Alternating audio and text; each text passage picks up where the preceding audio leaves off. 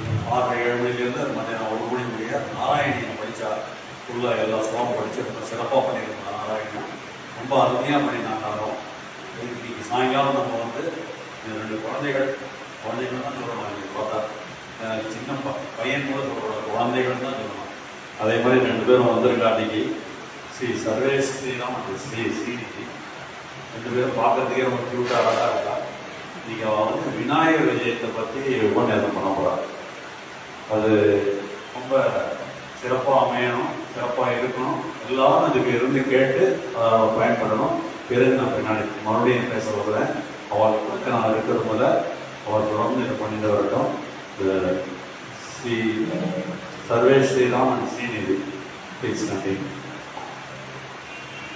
शुक्लां वरदं विष्णुं शशिवर्णं चतुर्भुजं प्रसन्नवदनं ध्यायेत् सर्वविघ्नोपशान्तये। वक्रतुण्डमहाकाय सूर्यकोटिसमप्रभ निर्विघ्नं कुरु मे देव सर्वकार्येषु सर्वदा। मन्त्रस्मितं काम्भोजं महनीयगुणार्णवं मधुराभाषिणं शान्तं सर्वभूतदयापरं भक्तवात्सल्यजलधिं परमानन्दविग्रहं ज्ञानानन्दं प्रपन्नोऽस्मि निर्मलज्ञानसिद्धये। अपारकरुणासिन्धुं ज्ञानदं शान्तरूपिणं श्रीचन्द्रशेखरगुरुं प्रणमामि मुदान्वहं। हरे रामेति कृष्णेति नामसङ्कीर्तनं सदा लोकक्षेमाय कुर्वन्तं प्रेमितं सद्गुरुं भजे। गणपति என்றிட கலங்கும் வல்வினை கணபதி என்றிட காலன் கைதொழும் கணபதி என்றிட கருமம் ஆதலால் கணபதி என்றிட கவலை தீருமே। மூஷிகவாகன கஜானனா மூஷிகவாகன கஜானனா மோதகஹஸ்த கஜானனா மோதகஹஸ்த கஜானனா ಶ್ಯಾಮಳಕರ್ಣ ಗಜಾನನ ಶ್ಯಾಮಳಕರ್ಣ ಗಜಾನನ ವಿಲಂಬಿತ ಶೂದ್ರ ಗಜಾನನ ವಿಲಂಬಿತ ಶೂದ್ರ ಗಜಾನನ ವಾಮನ ರೂಪ ಗಜಾನನ ವಾಮನ ರೂಪ ಗಜಾನನ ಮಹೇಶ್ವರ ಪುತ್ರ ಗಜಾನನ ಮಹೇಶ್ವರ ಪುತ್ರ ಗಜಾನನ ವಿಘ್ನ ವಿನಾಯಕ ಗಜಾನನ ವಿಘ್ನ ವಿನಾಯಕ ಗಜಾನನ ಪಾದ ನಮಸ್ತೆ ಗಜಾನನ ಪಾದ ನಮಸ್ತೆ ಗಜಾನನ।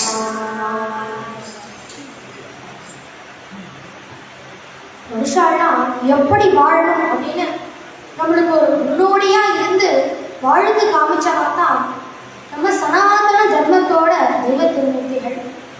அந்த தெய்வ திருமூர்த்திகளையும் அதி வினோதமான திருமூர்த்தினா அது நம்ம பிள்ளையாரோட உருவமும் அவரோட வழிபாடும் தான்.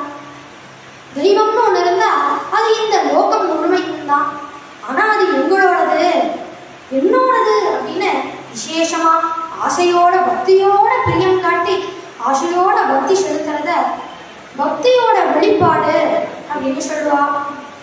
நம்ம தமிழ்நாட்டுக்கே ஒரு சிறப்பு அப்படின்னு எடுத்துட்டோம்னா அது எங்க பார்த்தாலும் பிள்ளையார் கோயில் இருக்கிறதே ஆகும்.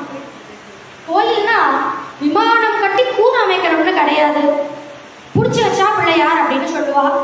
மஞ்சள்ல பிடிச்சாலும் வருவார், மண்ணில் பிடிச்சாலும் வருவார், பசும் சாணியில பிடிச்சாலும் வருவார், ஆற்றங்கரை ஓரத்துலையும் இருப்பார், அரசமரத்தடியிலையும் இருப்பார், மாபெரும் கோயில்லையும் இருப்பார், ஷாப்பிங் மால்லையும் இருப்பார்.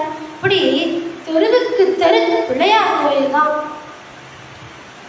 எளிமையான வழிபாடை விட தத்துவார்த்தமான வழிபாடு தான் நம்ம பிள்ளையாரோட வழிபாடு. நம்ம எல்லாரும் முருகப்பெருமானைத்தான் தமிழ் கடவுள் அப்படின்னு கொண்டாடுவோம். அதே மாதிரி பிள்ளையாரும் தமிழ் கடவுள் தானா. ஏன்னா அவர் வியாசர் சொல்லி மகாபாரதத்தை தன்னோட தந்தத்தினால எழுதுறதுக்கு முன்னாடியே அகஸ்தியரோட முத்தமிழ விநாயகர் மேருமலையில எழுதினாராம். முத்தமிழனை வினை முற்படுகிரிதனில் முற்பட எழுதிய முதல்வோனே அப்படின்னு அருணகிரிநாதரும் தன்னோட திருப்புகழ்ல பாடியிருக்கார். இதுக்கு உதாரணம் நம்மளோட ஒவ்வொரு பாட்டிய சின்ன வயசுலயே தடுத்தாட்கொண்டு பாட்டிய கைலாசம் கொண்டு சேர்க்கிற வரைக்கும் பாட்டிக்கு அனுகிரகம் பண்ணியிருக்கார். அதனாலதான் தத்துவ நிலையை தந்தனை ஆண்ட வித்தக விநாயக விரல்களில் சரணே அப்படின்னு பாட்டி சரணாகதி அடையறா. இதனாலதான் நம்ம மகாபெரியவாளும் விநாயகரை மிஞ்சின தெய்வம் இல்ல, விநாயகர் அகவனை மிஞ்சின ஸ்லோகம் இல்ல அப்படின்னு சொல்லியிருக்காரு. எந்த ஒரு காரியத்தை நம்ம ஆரம்பிச்சாலும் நம்ம சுமுகனா இருக்க விநாயகரை பிரார்த்தனை பண்ணி அந்த காரியம் சுழிஞ்சு போகக்கூடாது அப்படின்னு பிள்ளையார் சொல்லி போட்டு அந்த காரியத்தை நம்ம ஆரம்பிப்போம். நம்ம விநாயகர்கிட்ட சரணாகதி அடைஞ்சோம்னா விநாயகர் நிச்சயமா நம்மளுக்கு அனுகிரகம் பண்ணுவாராம். சுமுகஸ்ச ஏக தந்தஸ்ச கபிலோ கஜகர்ணகः லம்போதரஸ்ச விகடோ விக்னராஜோ விநாயகः धूमकेतु गणाध्यक्ष बालचंद्रो गजाननः वक्रतुंड सूर्पकर्णः हेरंब स्कंदपूर्वजः அப்படின்னு விநாயகரோட 16 நாமங்களை பிரசித்தியா சொல்லுவார். முதல்ல விநாயகருக்கு சுமுகங்கிற நாமம், முகம் அப்படின்னா தொடக்கம்னு சொல்லுவா.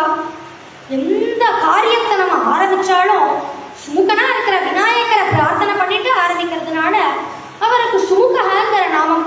அது மட்டும் இல்ல, அவரோட அந்த முகம் எல்லாரையும் ஆக்கர்ஷணம் பண்றது, அட்ராக்ட் பண்றது.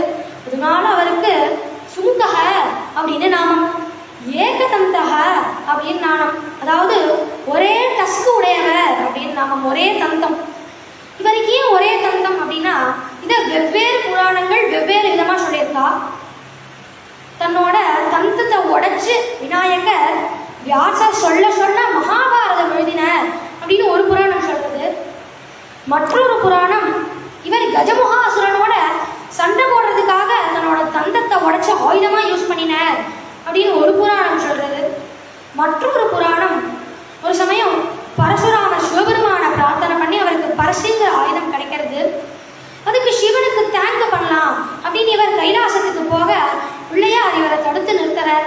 அப்ப இந்த பரசுங்கிற ஆயுதத்தை ஏவ தன்னோட அப்பா கொடுத்த இந்த ஆயுதத்துக்கு எந்த ஒரு டேமேஜும் ஆகக்கூடாது அப்படிங்கிறதுனால அந்த ஆயுதத்தை தன்னோட தந்தத்துல வாங்கிட்டாராம்.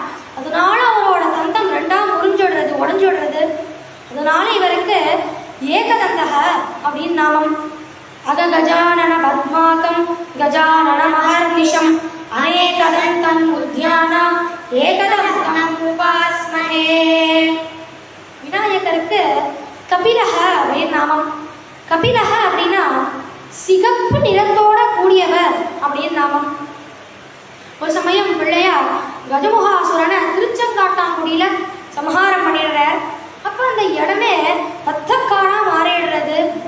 அப்ப பிள்ளையார் அங்க இருக்கிற ரத்தத்தெல்லாம் எடுத்து தன்னோட உடம்புல பூசிக்கிறாராம். அதனாலதான் இவருக்கு கபிலஹ அப்படிங்கிற நாமம். இன்னி வரைக்கும் பாம்பேல இருக்கிற சித்தி விநாயகர் அங்கவர் ரொம்ப பிரசித்தம். அவர் இந்த கபில மூர்த்தியில தான் எல்லாருக்கும் காட்சி தந்து அனுகிரகம் பண்ணிட்டு இருக்கார்.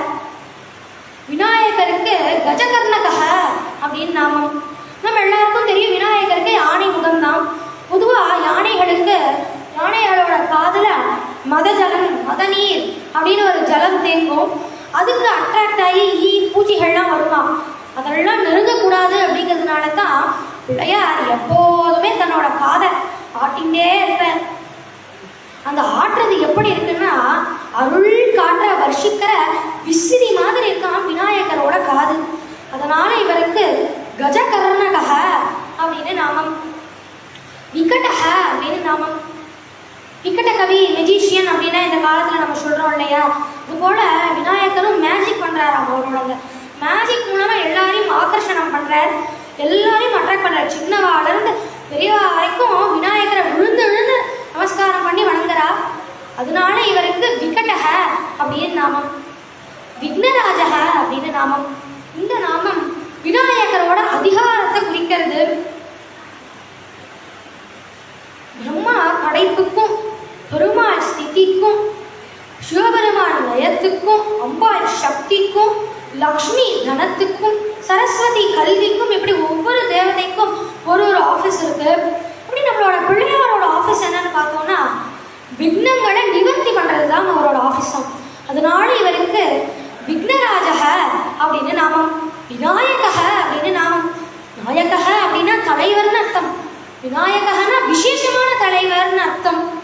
பொதுவாக வி அப்படிங்கிறதுக்கு ரெண்டு விதமாக பொருள் சொல்லுவார். முதல்ல வி அப்படின்னா வித்யா அப்படின்னும் திசை அப்படின்னு பொருள் சொல்லுவார். இந்த வித்யாங்கிற பொருளை வச்சு நம்ம பார்த்தோம்னா விநாயகர் வித்யா கணபதியா நம்ம எல்லாருக்கும் அனுகிரகம் பண்ணிட்டு இருக்கார். இதே இந்த திசைங்கிற பொருளை வச்சு பார்த்தோம்னா விநாயகர் எல்லா திசைகளிலிருந்தும் நம்மளை கண்காணிக்கிறார்.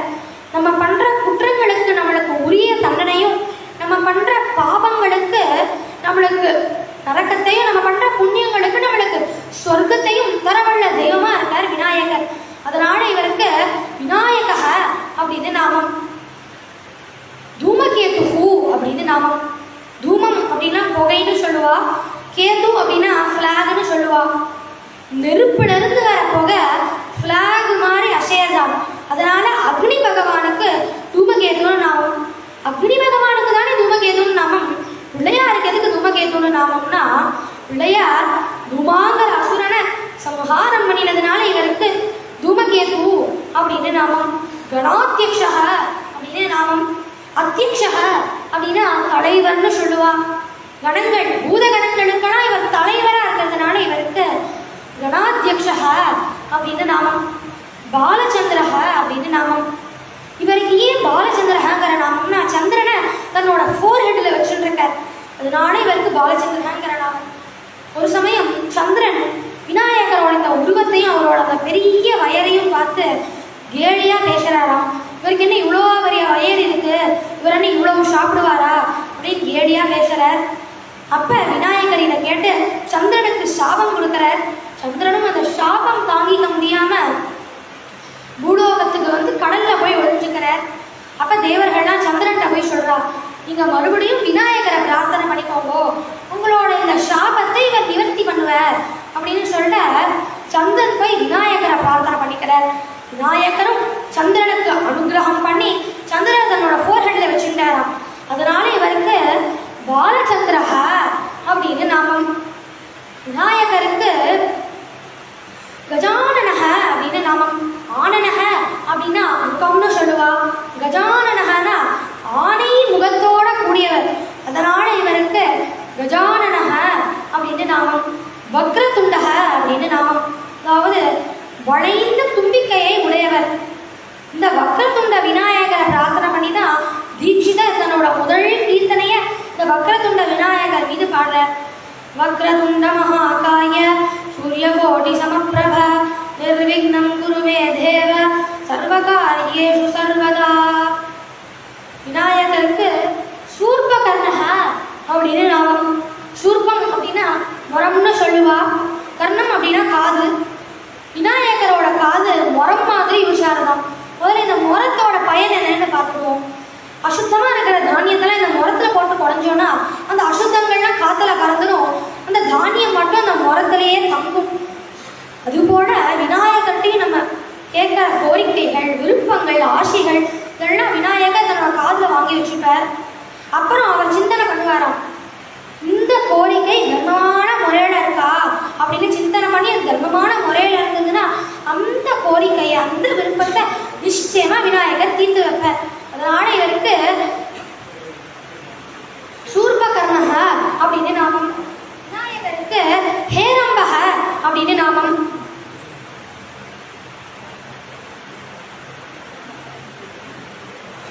அதாவது ஐம்பெரும் தொழில்களையும் இவர் பண்றதுனால படைத்தல், காத்தல், அழித்தல், மறைத்தல், அருளல் இந்த 5 தொழில்களையும் இவர் பண்றதுனால இவருக்கு ஹேரம்பகன்னு நாமம் ஏற்படுறது. ஸ்கந்த பூர்வஜக. ஸ்கந்தன்னா முருகப்பெருமான். முருகப்பெருமானுக்கு அண்ணனா இவர் பிறந்ததுனால இவருக்கு ஸ்கந்த பூர்வஜகன்னு நாமம். கடைசி நாம 16வது நாமமான பிள்ளையார் அப்படிங்கிற நாமம். ஏன்னா இவர் பார்வதி பரமேஸ்வராளுக்கு மட்டும் பிள்ளை இல்லையா, நம்ம எல்லாருக்குமே ஒரு சாஸ்வதமான பிள்ளையாம். அதனால இவருக்கு பிள்ளையார் அப்படின்னு நாமம். பிள்ளையார் பிள்ளையார் பெருமை வாழ்ந்த பிள்ளையார், பிள்ளையார் பிள்ளையார் அருளை தாரும் பிள்ளையார், பிள்ளையார் பிள்ளையார் அருளை வாழ்ந்த பிள்ளையார், பிள்ளையார் பிள்ளையார் அருளை தாரும் பிள்ளையார். ஆற்றங்கரை ஓரத்திலே அரசமர நிலையிலே வீட்டிருக்கும் பிள்ளையார், நிலைகள் தீர்க்கும் பிள்ளையார், பிள்ளையார் பெருமை வாய்ந்த பிள்ளையார், பிள்ளையார் பிள்ளையார் அருளை தாரும் பிள்ளையார், அருளை தாரும் பிள்ளையார், அருளை தாரும் பிள்ளையார். எத்தனையோ தெய்வங்கள் இருந்தாலும் நம்மையே பிள்ளையார மட்டும் ஆதி தெய்வம் அப்படின்னு சொல்றோம்னா, ஒரு சமயம் அம்மா தான் உடம்புல தேய்ச்சிட்ட மஞ்சளால ஒரு குழந்தைய சிருஷ்டி பண்றா. அந்த குழந்தைதான் நம்ம பிள்ளையார். நம்ம பிள்ளை அந்த குழந்தைக்கு ஒரு ஆயுதத்தை கொடுத்து, கண்ணா நான் குளிச்சுட்டு வரேன், யார் வந்தாலும் உள்ள விடக்கூடாது அப்படின்னு சொல்லிட்டு அம்பாளும் குடிக்க போறா. அந்த சமயம் பார்த்து சிவபெருமானும் வர, சிவபெருமானும் உள்ள போனான்னு போக ட்ரை பண்ண. ஆனா அந்த குழந்தை சிவபெருமான உள்ளேயே விடலையா. இப்படி அம்மா சொல்லியிருக்கா, யார் வந்தாலும் உள்ள விடக்கூடாது அப்படின்னு சொல்றானா. சிவபெருமானும் எத்தனையோ வாட்டி சொல்லி பார்த்துட்டேன், ஆனா அந்த குழந்தை கேட்கவே இல்லையா. அப்போ சிவபெருமானுக்கு வந்தது ஒரு கோபம். தன் கையில இருக்க திரிசூலத்தால இந்த குழந்தையோட கழுத்தை வெட்டிடுறார். அப்போ அம்பாள் குளிச்சுட்டு வந்து பாக்குறா. பார்த்தா தலை தனியா உடம்பு தனியா இருக்கு. கதறி அழுகிறா. அவளால ஜீர்ணிச்சுக்கவே முடியலையா. தாய் ஒண்ணும் இல்லையா.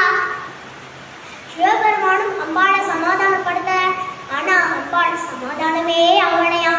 அப்போ பூதகணங்கள் அனுப்பி வடக்கு பக்கமா என்ன ஒரு ஜீவனோட தலை இருக்கோ அதை எடுத்துட்டு வாங்கோ அப்படின்னு சொல்ற. அதே மாதிரி பூதகணங்களும் அங்க போறா. அப்போ அங்க ஒரு யானையோட தலை இருக்கு. அந்த யானையோட தலை எடுத்துட்டு சிவபெருமான் கிட்ட கொடுக்கறா. அப்போ சிவபெருமானும் அந்த குழந்தையோட உடம்பையும் அந்த யானையோட தலையும் சேர்த்துடுறார். அப்போ அந்த குழந்தைக்கு உயிர் வந்துடுறது. இப்பதான் அம்பாளுக்கு நிம்மதியா இருக்கு. அம்பாள் பகவான் கிட்ட வேண்டிக்காரா, பகவானே இதே மாதிரி என் குழந்தைக்கு இந்த வரம் வேணும். என்ன ஒரு தேவர்களா இருந்தாலும் முனிவர்களா இருந்தாலும் மனுஷங்களா இருந்தாலும் எந்த ஒரு காரியம் ஆரம்பிச்சாலும் முதல்ல என்னோட குழந்தைய வணங்கிட்டு தான் ஆரம்பிக்கணும் அப்படின்னு கேட்கறா. அதே மாதிரி சிவபெருமானும் அந்த குழந்தைக்கு நாயகர் அப்படின்னு பேர் வச்சு அம்பாள் சொன்ன மாதிரியே அந்த வரத்தையும் கொடுக்கற. விநாயகா விநாயகா விக்ன விநாசக விநாயகா விநாயகா விநாயகா விக்ன விநாசக விநாயகா சம்பு குமாரா விநாயகா சங்கரி புத்ரா விநாயகா சம்பு குமாரா விநாயகா சங்கரி புத்ரா விநாயகா பால கணபதே விநாயகா பரமதயாள விநாயகா பால கணபதே விநாயகா பரமதயாள விநாயகா பக்த ஜன பிரிய விநாயகா பாத நமஸ்தே விநாயகா பக்த ஜன பிரிய விநாயகா பாத நமஸ்தே விநாயகா விநாயகா விநாயகா விக்ன விநாசக விநாயகா. இதே மாதிரி இன்னைக்கு வரைக்கும் தேவர்களா இருந்தாலும் முனிவர்களா இருந்தாலும் மனுஷங்களா இருந்தாலும் எந்த ஒரு காரியம் ஆரம்பிச்சாலும் முதல்ல விநாயகரை வணங்கிட்டு ஆரம்பிப்பா. எந்த ஒரு நிகழ்ச்சியா இருந்தாலும்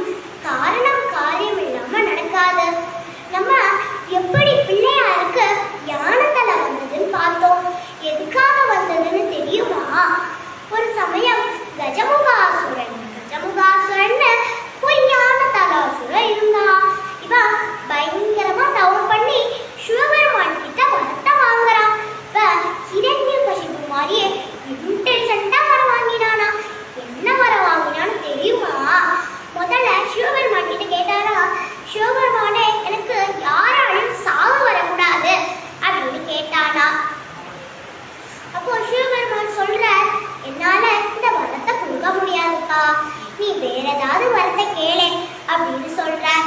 அப்போ கஜமுகாசுரனும் ஆண் பெண் கலப்பில்லாம பிறக்கிற குழந்தையாளுதா எனக்கு மரணம் வரணும், இல்ல என்ன மாதிரி ஞானத்தால இருக்கிற குழந்தையாளுதான் எனக்கு மரணம் வரணும் அப்படின்னு கேட்கிறான். சிவபெருமானும் உனக்கு தாத்தாஸ்து அப்படின்னு அந்த வரத்தை கொடுத்துடுறார். இப்படி இந்த கஜமுகாசுரன் இந்த தேவர்கள் முனிவர்கள் பாடாப்படுத்துறா. அவன் ஆணவத்துல இருந்தானா, நம்மளை போல யாரும் இருக்க மாட்டான், நம்ம மட்டும்தான் யான தலையில இருக்கோம் அப்படின்னு ஆணவத்துல இருந்தானா. இப்படி இவனை அழிக்கிறதுக்குதான் விநாயகருக்கு யான தலை வந்தது. தமிழ்நாட்டுல முதல்ல காவேரி வந்ததுக்கு காரணமும் நம்ம பிள்ளையார் தானா. ஒரு சமயம் அகஸ்தியர் தன்னோட கமண்டலத்துல கங்கை எடுத்துட்டு போறார். அப்போ விநாயகர் காக்கா ரூபத்துல வந்து அந்த கமண்டலத்தை தள்ளி விட்டுடுறாரா. எப்படி தள்ளி விட முடியும்? அகஸ்தியர் கையில தானே வச்சிருப்பார்னா அப்போ சந்தியா காலம், அதனால நான் பக்கத்துல வச்சுட்டு அகஸ்தியரும் சந்தியாவந்தனம் பண்ற அந்த நேரத்துல வந்து பிள்ளையார் காக்கா ரூபத்துல வந்து தள்ளி விட்டுடுறாரா.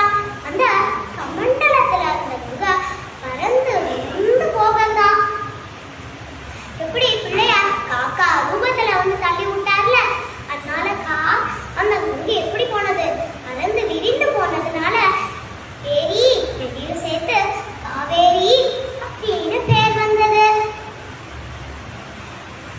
இப்படி நம்ம திருமொழிகள்லாம் பாடுறோம்ல, அந்த திருமொழிகள்லாம் கிடைச்சதுக்கு காரணமும் நம்ம பிள்ளையார் தானா.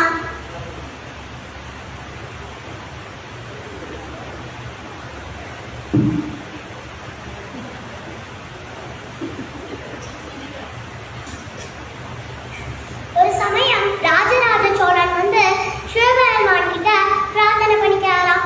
சிவபெருமானே, உங்களை பத்தி அடியவர்கள் எல்லாரும் நிறைய திருமுறைகள் பாடியிருக்கா, அதெல்லாம் எங்க இருக்குன்னே தெரியலையே அப்படின்னு ராஜராஜ சோழன் சிவபெருமான் கிட்ட பிரார்த்தனை பண்ணிக்கிறார். அப்போ சிவபெருமான் ராஜராஜ சோழனோட கனவுல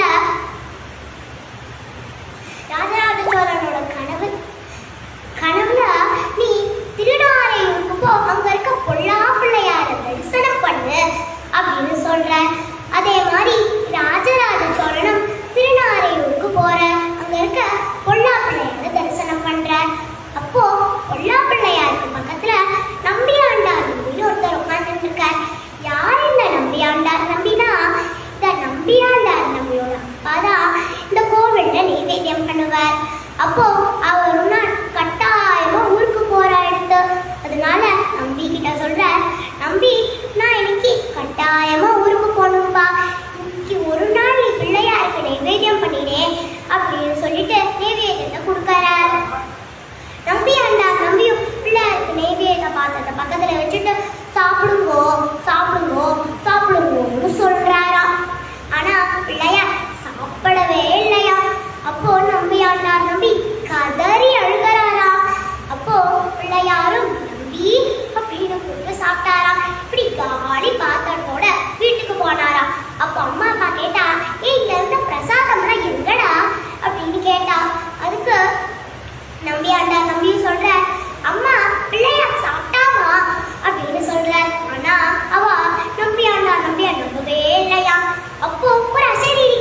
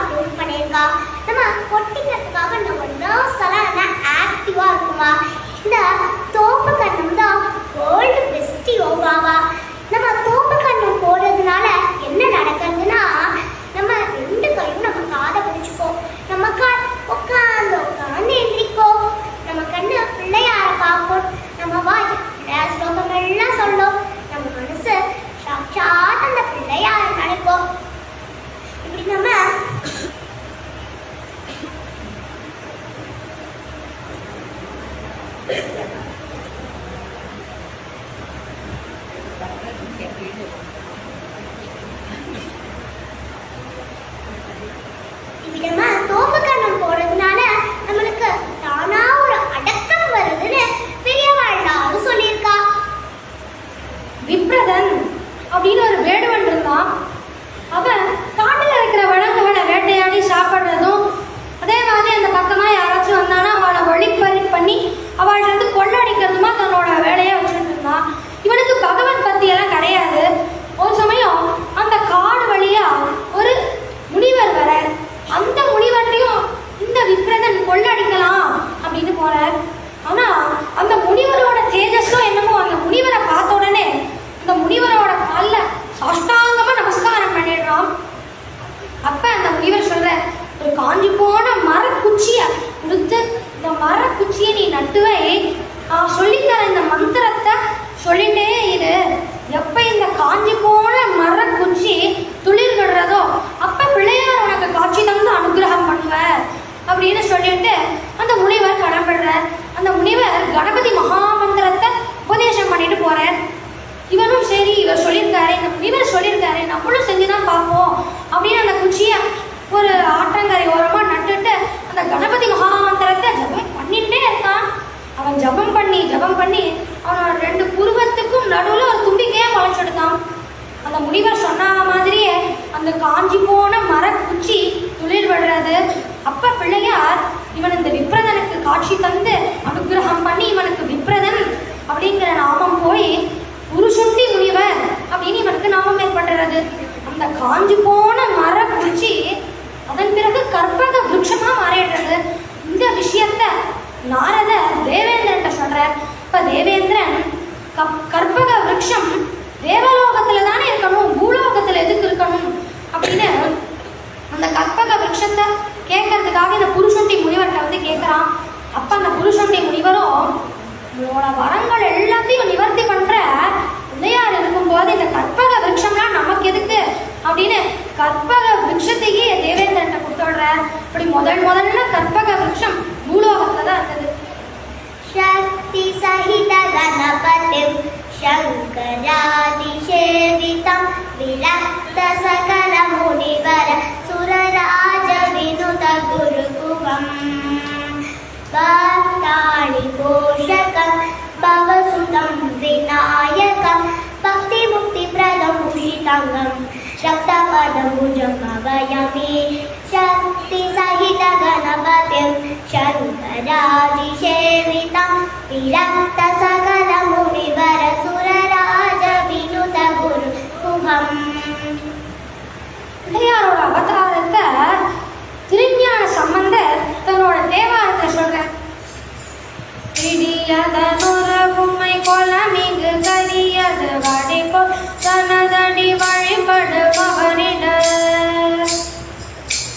கடி கணபதி வர அருளின மிகு கொடு வடிவினர் பலமுறையிடையே அப்படின்னு பாடியிருக்கார். விடிங்கிற பெண் யானைக்கும் கரிங்கிற ஆண் யானைக்கும் பிறந்த குட்டி யானை தான் நம்ம பிள்ளையாராம். இந்த பிடிங்கிற பெண் யானை வேற யாரும் இல்லை, பார்வதி தான். இந்த கரிங்கிற ஆண் யானை பரமேஸ்வரன். இவ 2 பேரும் சேர்ந்து ஓம்காரத்தை பார்த்தாளாம். இப்படி ஓம்காரத்தை பார்த்தப்ப ஓம்கார ஸ்வரூபமாவே பிள்ளையார் அவதாரம் பண்றார். இப்படி ஓம்கார ஸ்வரூபமா அவதாரம் பண்ணின பிள்ளையாரோட ரூபத்தோட தாற்பயம் என்னன்னு பார்த்தோம்னா, பிள்ளையார் ஆணை முகமும் மனுஷ உடம்பா இருக்கார். இது என்ன உணர்த்துறதுன்னு பார்த்தோம்னா, இந்த லோகம் உயர்தினை அக்னியால் ஆனது அப்படிங்கிறது தான் இது உணர்த்துறது. யானைகளுக்கு எப்படி 4 கால்களோ பிள்ளையாருக்கு 4 கைகள். தும்பிக்கையை சேர்த்தோம்னா மொத்தம் 5 கை. 5 கர தானே முக பெருமானே அப்படின்னு சொல்லுவாள் இல்லையா, அது போல இவர் மொத்தம் 5 கை. இந்த 5 கை மூலமா இவர் ஒவ்வொரு தொழில் செய்யறாராம். ஒவ்வொரு கைனாலையும் ஒரு தொழில் பண்றார். முதல் கையில பாசத்தை வச்சுட்டு படைத்தல் தொழிலை பண்றாராம். இன்னொரு கையில அங்குஷம் வச்சுட்டு நம்ம பண்ற பாப்பங்கள் எல்லாத்தையும் பொசுக்கி அழித்தல் தொழிலை பண்றார். இன்னொரு கையை இப்படி கீழ் நோக்கி காமிச்சு அபயம் அளிக்கிற மாதிரி அருளல் தொழிலை பண்றார். இன்னொரு கையில மோதகம் வச்சுட்டு இருக்க, குழக்கட்டை வச்சுட்டு இருக்க. குழக்கட்டை எப்படி பண்ணுவா?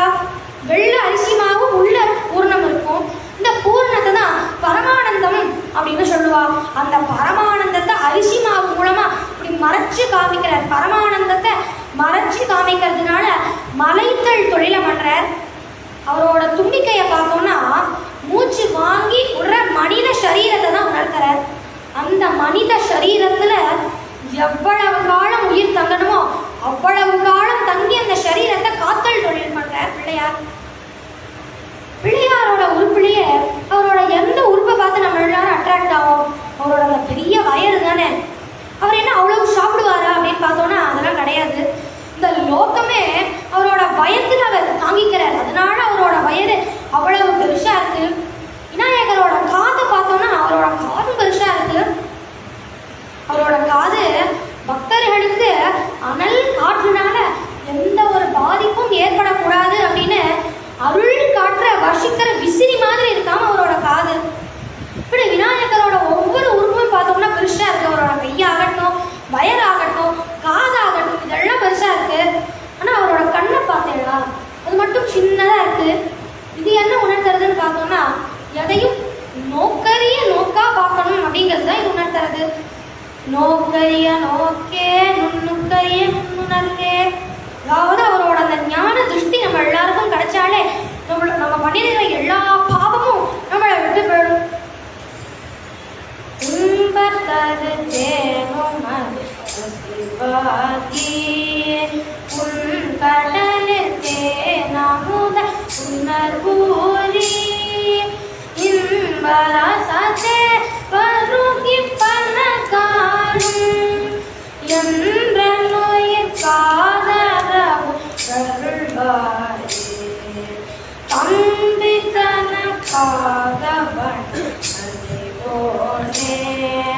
தந்தை வளர்த்தார் அருள்கை கண்டியோனே அன்பர் தமக்கான பொருளோனே ஐந்து கரத்தானை முக பெருமானே என்ற நுயிர் காதலவும் கருள்வானே ஐந்து கரத்தானை முக பெருமானே. அம்மா, பிள்ளையாருக்கு கொழுக்கட்டை, கனி, அப்பம், அவல், பொரின்னு பார்த்து பார்த்து நைவேத்தியம் பண்ணுவோம். அதெல்லாம் நம்ம எதுக்காக பண்றோம்? பிள்ளையாருக்காகவா? இல்லவே இல்லை. அது நம்மளாம் நம்ம இகத்திலையும் பரத்திலையும் சௌக்கியமா இருக்கிறதுக்காக தான் நம்ம பிள்ளையாருக்கு நைவேத்தியம் பண்றோம்.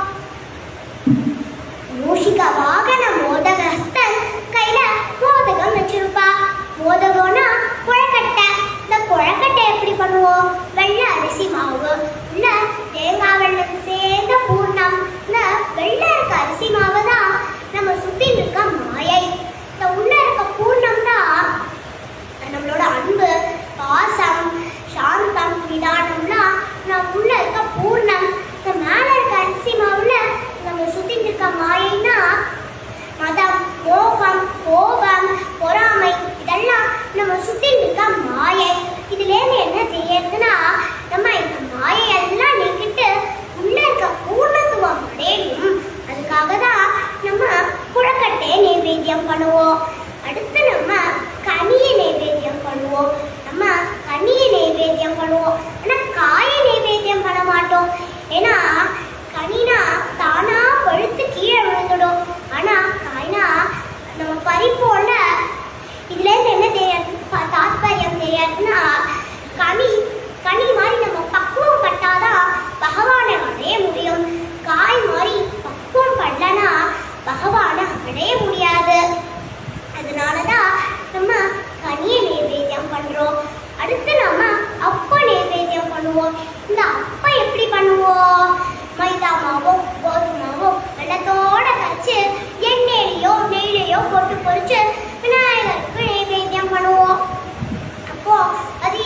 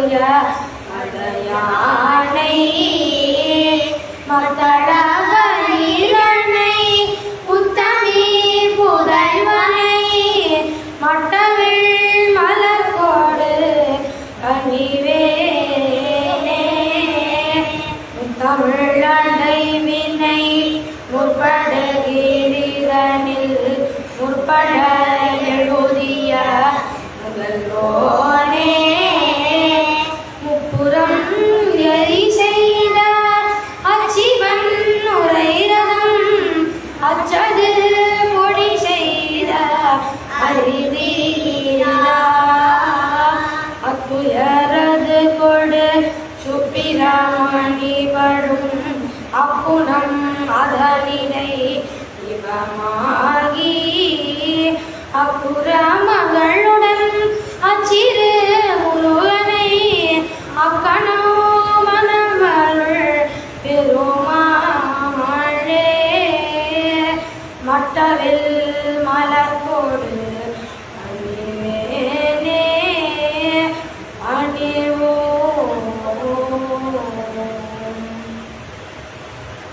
அம்மா எதுக்கு பிள்ளையாருக்கு அருகம்புல் வைக்கிறோம்னா யமனோட புள்ள அனலன் இப்படி அந்த அனலனுக்கு ஒரு வரம், அதாவது நம்ம உடம்புக்குள்ள ஹீட்டா போய் நம்மளோட சக்தியை எல்லாம் உறிஞ்சிடுவான்.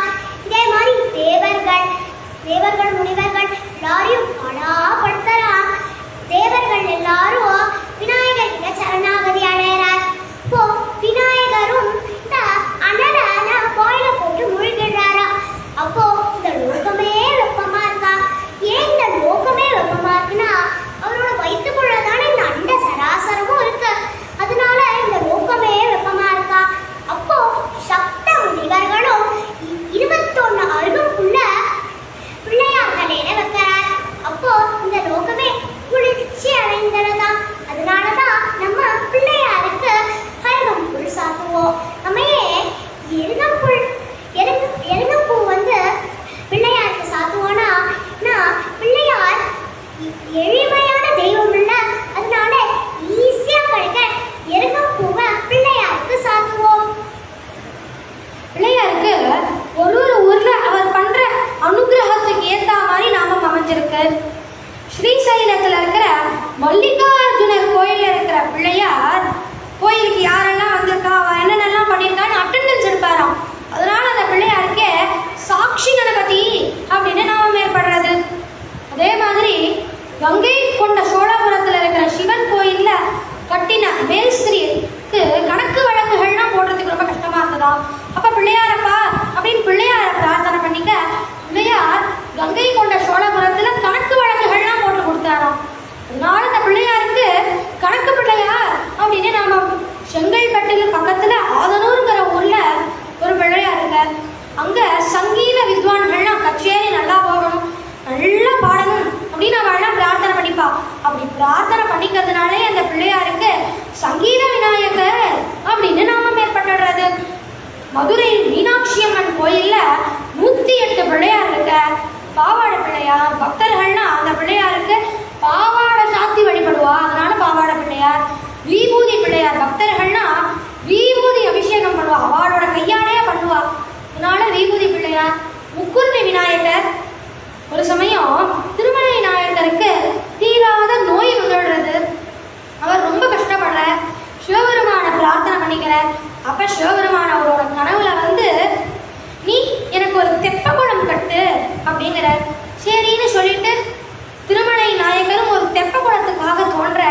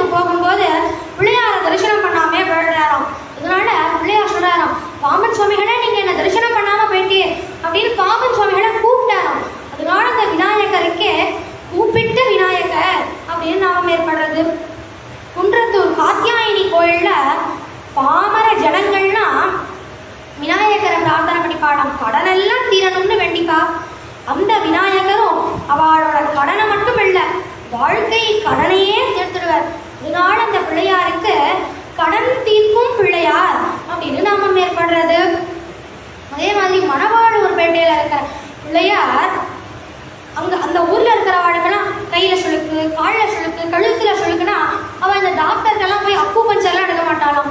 நேரம் இந்த ஊர்ல இருக்கிற பிள்ளையார் கோயிலுக்கு வருவா, பிள்ளையார பிரார்த்தனை பண்ணிப்பா, அவளோட சுளுக்கெல்லாம் பட்டா பறந்துடும். தஞ்சாவூருக்கு பக்கத்துல ஏந்தல்ங்கிற ஊர்ல ஒரு பிள்ளையார் இருக்கார். அந்த பிள்ளையார் எல்லாரோட வாழ்க்கையிலிருந்தும் சர்க்கரை நோயை தீர்ப்பாராம். ஒரு சமயம் 1825ல அந்த தஞ்சாவூர் ஆட்சி பண்ணியிருந்த ராஜாவுக்கு தீராத சர்க்கரை நோய் வந்துடுறது. ரொம்ப கஷ்டப்படுறார். அவர் எடுத்துக்காத ட்ரீட்மெண்ட் இல்லை, என்னென்னமோ ட்ரீட்மெண்ட் எடுத்து பார்க்குறார். ஆனால் அவரோட சர்க்கரை நோய் சரியா போகல. நிறைய கோயில்களுக்கு போறார். அப்ப இந்த தஞ்சாவூர்ல இருக்கிற இந்த ஏந்தல்ல இருக்கிற கோயிலுக்கு வந்து பிள்ளையார தரிசனம் பண்றார். அவ்வளவுதான், சர்க்கரை நோயெல்லாம் பட்டா பறந்துடுறது. இந்த விநாயகர் எத்தனையோ பேரோட வாழ்க்கையிலிருந்து சர்க்கரை நோயை தீர்த்திருக்கார். அதனால இந்த பிள்ளையாருக்கு நீரிழிவு நிற்கும் நீலகண்ட விநாயகர் அப்படின்னு இவருக்கு நாமம் ஏற்பட்டுடுறது. அதே மாதிரி வாத நோய், பேரலிசிஸ் வந்துருக்குன்னா அதை தீர்க்கறதுக்கும் ஒரு பிள்ளையார் இருக்கார். கோயம்புத்தூர்ல இருக்கிற பிள்ளையார் நம்ம பிரார்த்தனை பண்ணிட்டோம்னா நம்மள்கிட்ட இருக்கிற வாத நோய் சரியா போயிடுமா. அதனால இந்த பிள்ளையாருக்கே வாத நோய் தீர்க்கும் பிள்ளையார் அப்படின்னு நாமம் ஏற்படுறது. ஒரு சமயம் ஒரு வியாபாரி ஒரு வண்டி நிறையா மூட்டையா ஜாதிக்காய் எடுத்துட்டு அதை இந்த செக் பண்ற ஆபீசர்ஸ்லாம் இது ஜாதிக்காய் இல்ல கடுக்கா அப்படின்னு போய் சொல்றான். ஏன்னா அந்த காலத்துலலாம் ஜாதிக்காய்க்கெல்லாம் வரி கட்டணும். அவன் வரி கட்டுறதுக்கு சோம்பேறித்தனப்பட்டு பொய் சொல்றான். அவன் பொய் சொன்னதுனால அவன் கொஞ்ச தூரம் போனதுக்கு அப்புறம் அவன்கிட்ட என்னதான் வண்டியா மூட்டையா ஜாதிக்காய் இருந்தாலும் அவனோட பொய்யினால அதெல்லாம் கடுக்காயா மாறிடுறது. அப்போ ரொம்ப வருந்தி பிள்ளையார மனமுருகி பிரார்த்தனை பண்ணிக்கலாம். பிள்ளையாரப்பா, நான் தவறு பண்ணிட்டேன், நான் இப்ப வரி கட்டிடுறேன் அப்படின்னு வேண்டிக்க பிள்ளையாரும் அந்த கடுக்காயெல்லாம் மீண்டும் ஜாதிக்காயா மாத்துற. அதனால இந்த பிள்ளையாருக்கே கடுக்கா பிள்ளையார் அப்படின்னு நாமம் ஏற்படுறது. கள்ளவாரண பிள்ளையார் அப்படிங்கிற பிள்ளையார் திருக்கடையூர்ல இருக்கிற அமிர்தகணேஸ்வரர் கோயில்ல இருக்க. இங்க இருக்கிற சிவபெருமானுக்கு அமிர்தகணேஸ்வரர்னு நாமம், அதாவது அமிர்தத்தை காட்சி கொடுத்த சிவபெருமான் அப்படின்னு நாமம். இதே பிள்ளையாரோட நாமத்துக்கான அர்த்தம் என்னன்னு பார்த்தோம்னா, கள்ளன் அப்படின்னா திருடன்னு சொல்லுவா, பிள்ளையாருக்கு திருடன்னு நாமம்.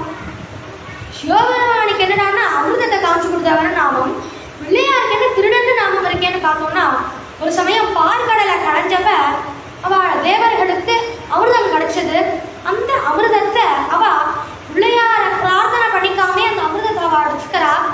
அதனால பிள்ளையார் என்ன பிரார்த்தனை பண்ணிக்காம நீங்க எடுத்துட்டேனே அப்படின்னு அமிர்தத்தை எடுத்துட்டு இந்த திருக்கடையூர்ல போய் ஒழிச்சு வச்சுடுற.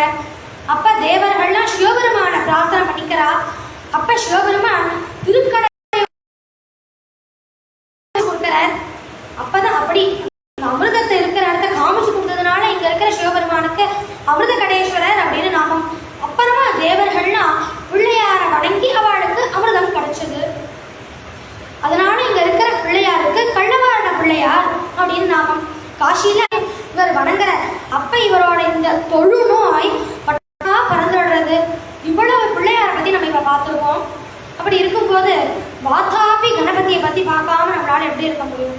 ஒரு சமயம் இல்வலவன் வாதாபி அப்படின்னு 2 அசுரர்கள் இருந்தா.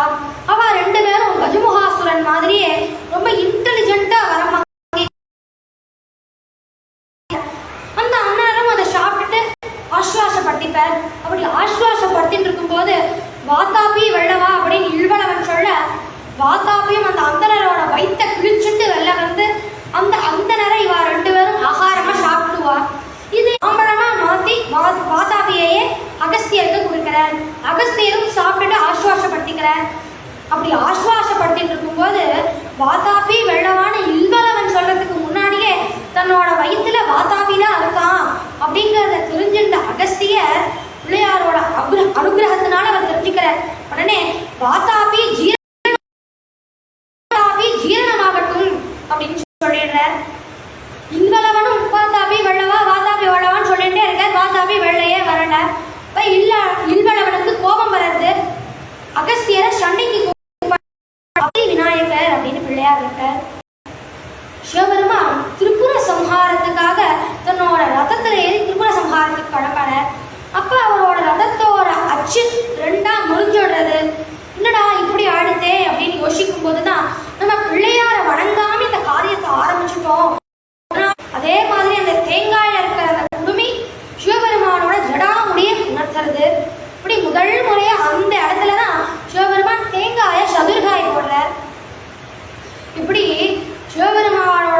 ரதத்தை அந்த ரதத்தோட அச்சம் முறிச்சதுனால இங்க இருக்கிற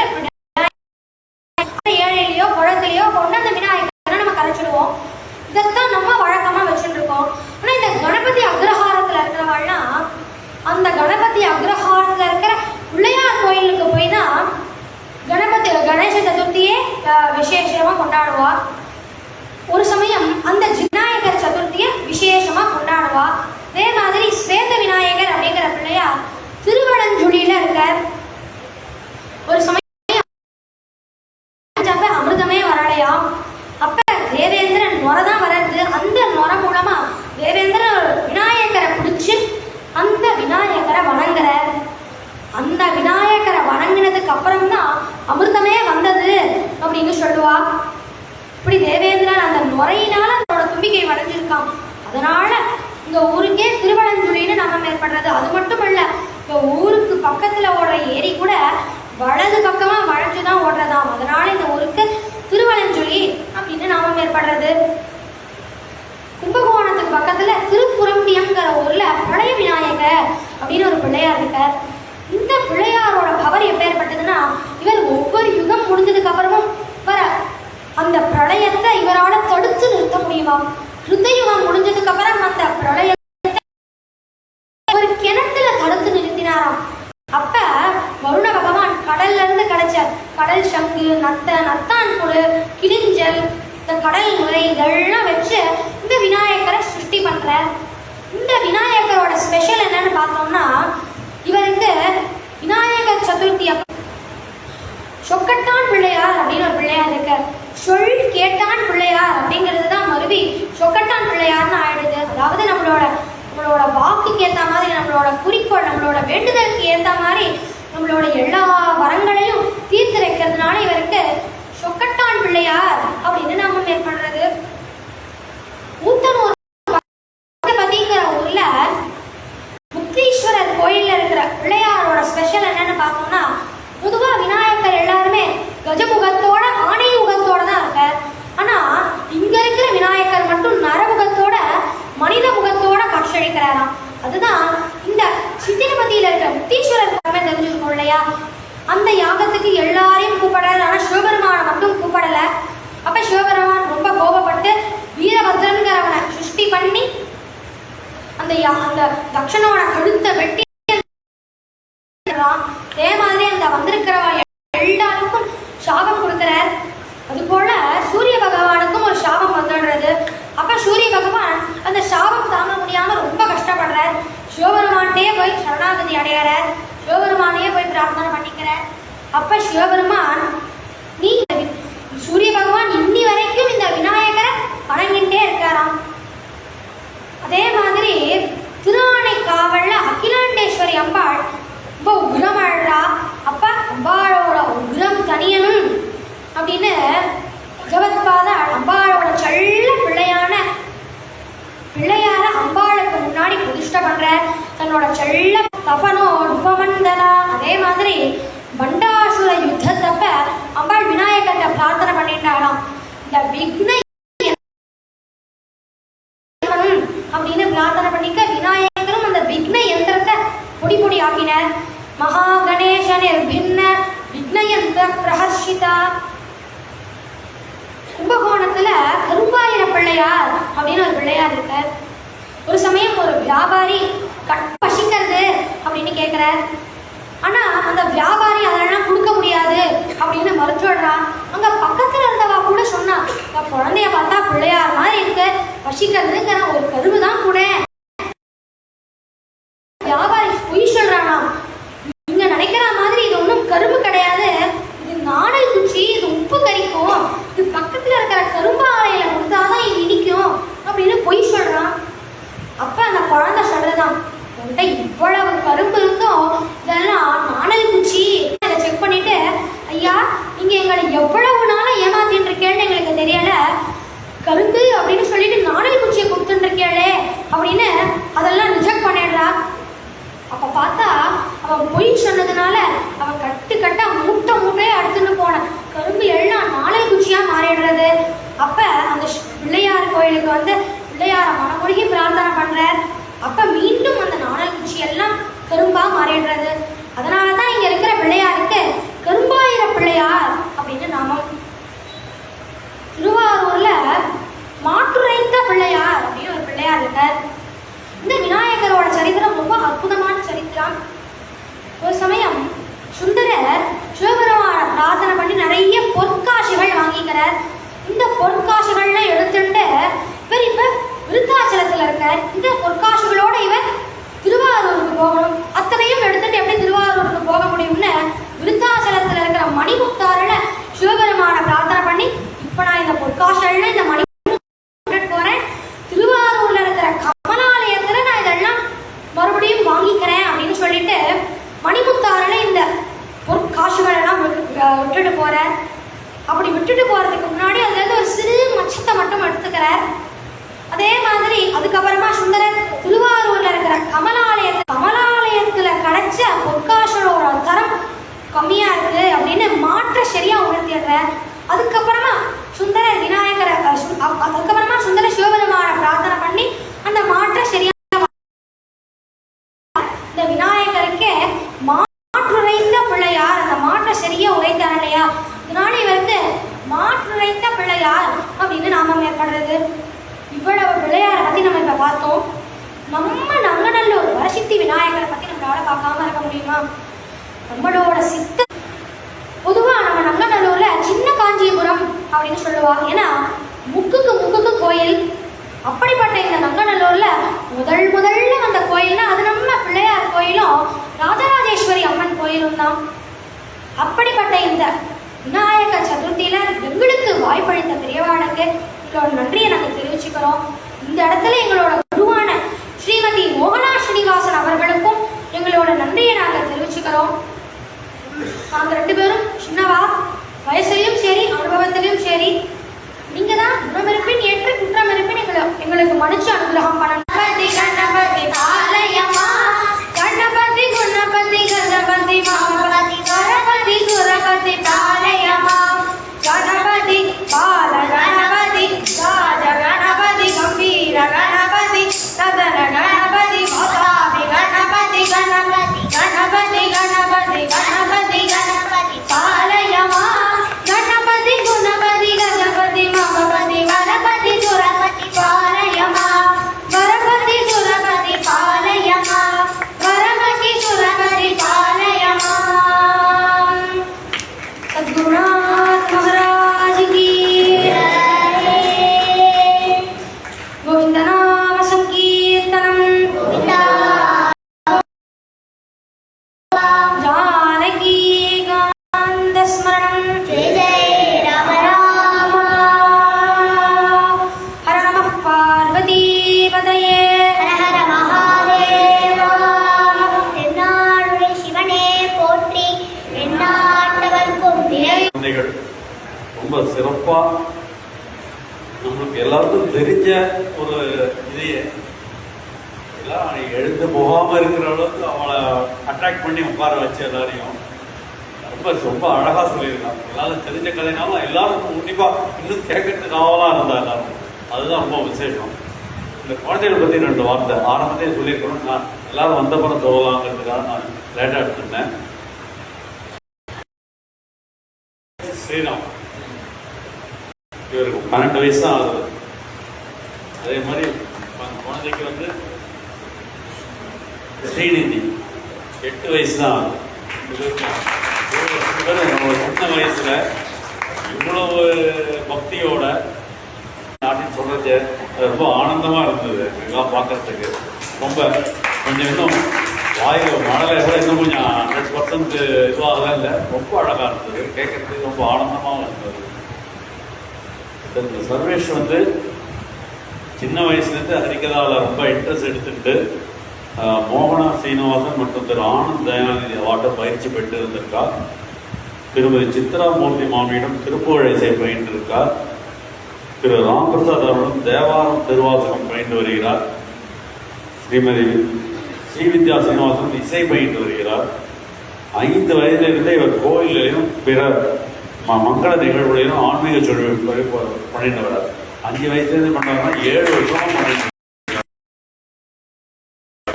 2017ஆம் ஆண்டு ஸ்ரீ ஸ்ரீ பெரியவா முன்பு ஜனாபாய் சரித்திரத்தை ரொம்ப அழகாக சொல்லியிருக்கார். கடந்த 3 ஆண்டுகளாக அர்த்தநாதீஸ்வரர் நம்ம நங்கநல்லூர் அர்த்தநாதீஸ்வரர் கோயிலில் பெரிய புராணம் திருவிளையாடல் புராணம் பற்றிய உபன்யாசனம் பண்ணியிருக்கார்.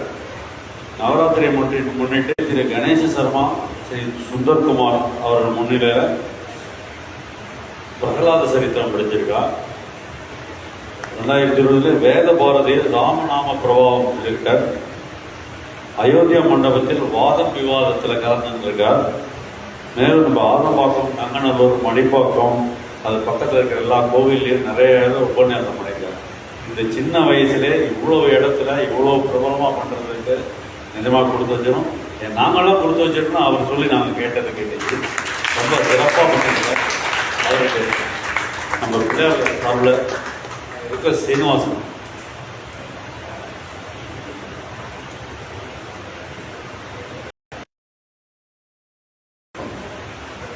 குழந்தைகளுக்கு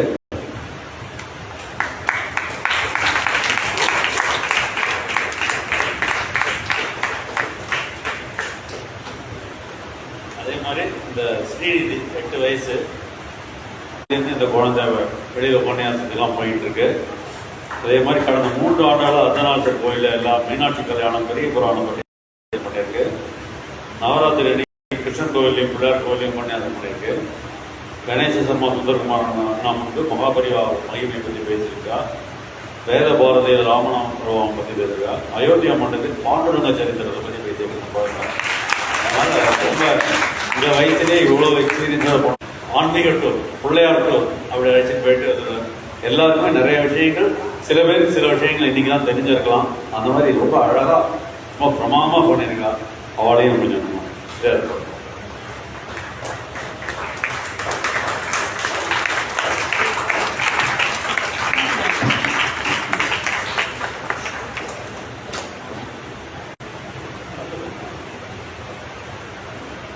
எங்கள் நங்கநல்லூர் வரசக்தி விநாயகர் கோவிலில் இன்னைக்குலேருந்து விநாயகர் சதுர்த்தி உற்சவம் ஆரம்பிக்க இன்னைக்கு காத்தால ஹோமங்கள் அபிஷேகங்கள்லாம் சிறப்பாக பண்ணினோம்.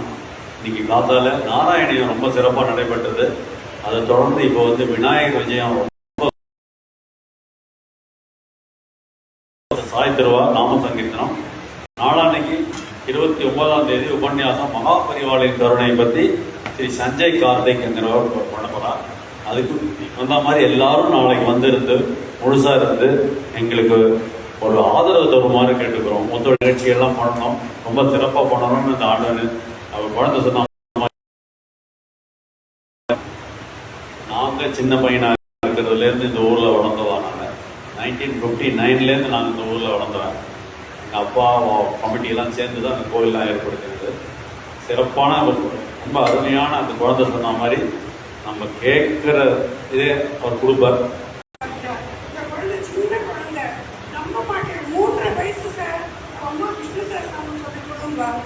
நான் நிறைய கேட்ட வேலை சொல்லி கொடுப்பேன். 4 வயசுல அந்த குழந்தை நான் ஒரே ஒரு கிடைக்கும் நம்பினா நம்ம 4 வயசுல